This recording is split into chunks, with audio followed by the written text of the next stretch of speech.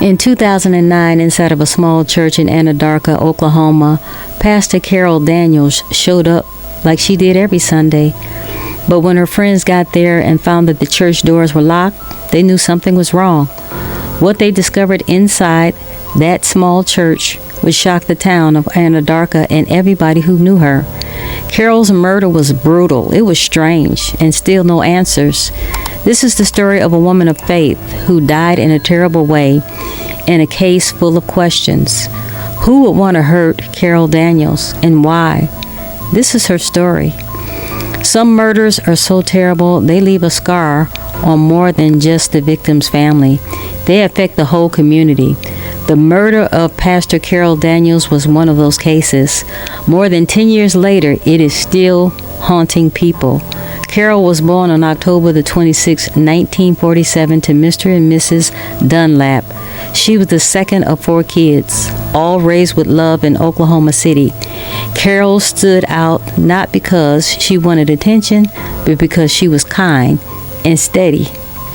After graduating from Douglas High School in 1965, Carol went to college in Texas but later returned home. She finished her studies at Central State University in 1971, earning a degree in chemistry and biology. That same year, she married Alvin L. Daniels Jr. and had 3 sons and 2 daughters. Later, they moved to Spokane, Washington before coming back to Oklahoma in 1978. Although it's believed that her marriage ended during that time, Carol stayed strong. She went back to school and earned another degree and kept learning, but her biggest focus became her faith. In 1990, she became a minister in the Christ Holy Sanctified Church. She spent 10 years serving at Holy Temple Church in Oklahoma City. Then in 2001, she was appointed pastor of Worthy Temple in Anadarko. The small church sat in a high crime area and served mostly Native and Black residents. Even when regular service stopped, Carol still made the 100-mile round trip every Sunday. She opened the church, got it ready, and waited in case somebody needed prayer or help. She helped the poor, the elderly, anyone else who needed her. People in Anadarko loved her for always showing up. Carol also worked with the National Church Group as a secretary and treasurer. But the role she loved the most was being a mother and a grandmother. Her son Alvin said that people felt safe around her and loved. Carol gave all her faith to her family and her community. That's why what happened in August of 2009 was so heartbreaking. On Sunday, August the 23rd, 2009, Carol left home early like she did always and drove to Anadarko. Surveillance video showed her arriving at the church around 10 a.m. The church sat between a house and an auto shop. It's believed she was preparing for service when something terrible went wrong. At 11:40 a.m., retired Bishop Silky Wilson Jr. and his wife Julia showed up to meet Carol. They saw her car outside but found the door locked. That was odd. Carol always left the church open when she was inside.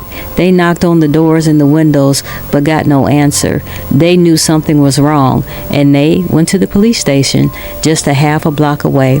Soon after, Officer Ashley Burris entered the church from a side door and found Carol's body.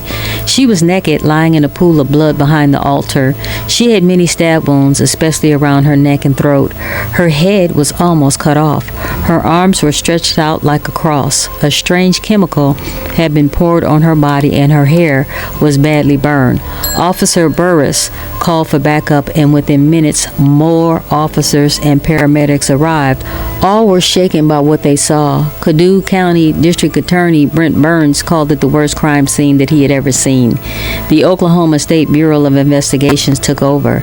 At first, police didn't share many details. They said she died of multiple sharp force injuries and was found in an unnatural position. The neighborhood was quiet. Nobody reported anything. A search turned up very little. Her clothes, purse, and briefcase were all missing. The killer had used a chemical, maybe bleach, to destroy the DNA, and it worked. There was almost no evidence left. Her burned hair and the way her body was left made it clean. This was personal, and it was cruel. The killer didn't just want to end her life, they wanted to send a message, but to who? As police searched for answers, they found a knife in a nearby car wash drain, but it wasn't connected to the murder. Surveillance footage confirmed Carol arrived at 10 a.m., but showed nothing else.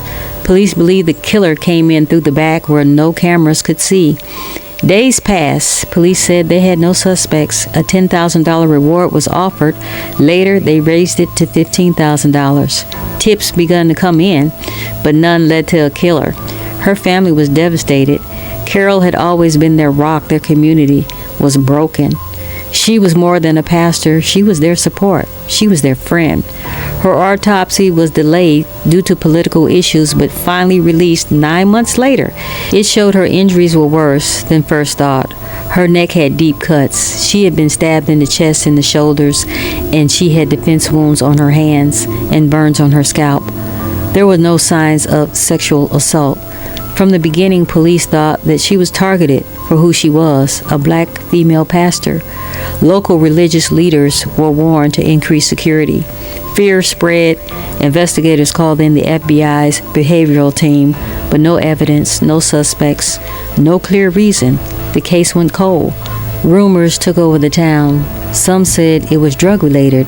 Others blamed it on a cult or even jealousy on Carol's position. None of it was proven. Police looked into a metal band because of their lyrics, but it led nowhere.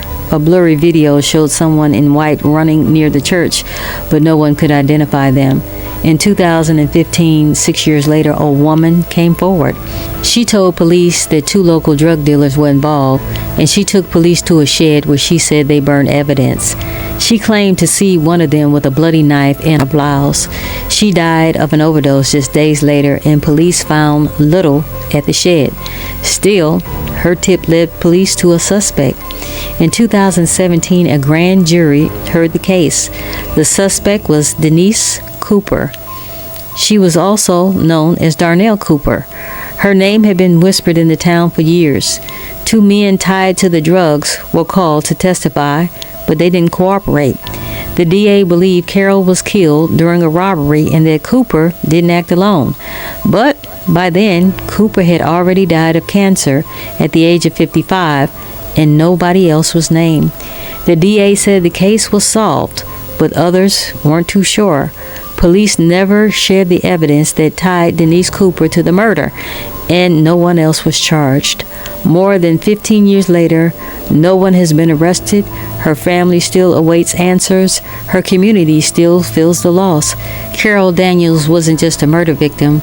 She was a loving woman who gave everything to others. Until justice is served, her story remains unfinished. They hate you. You're gonna die. I don't want to do this.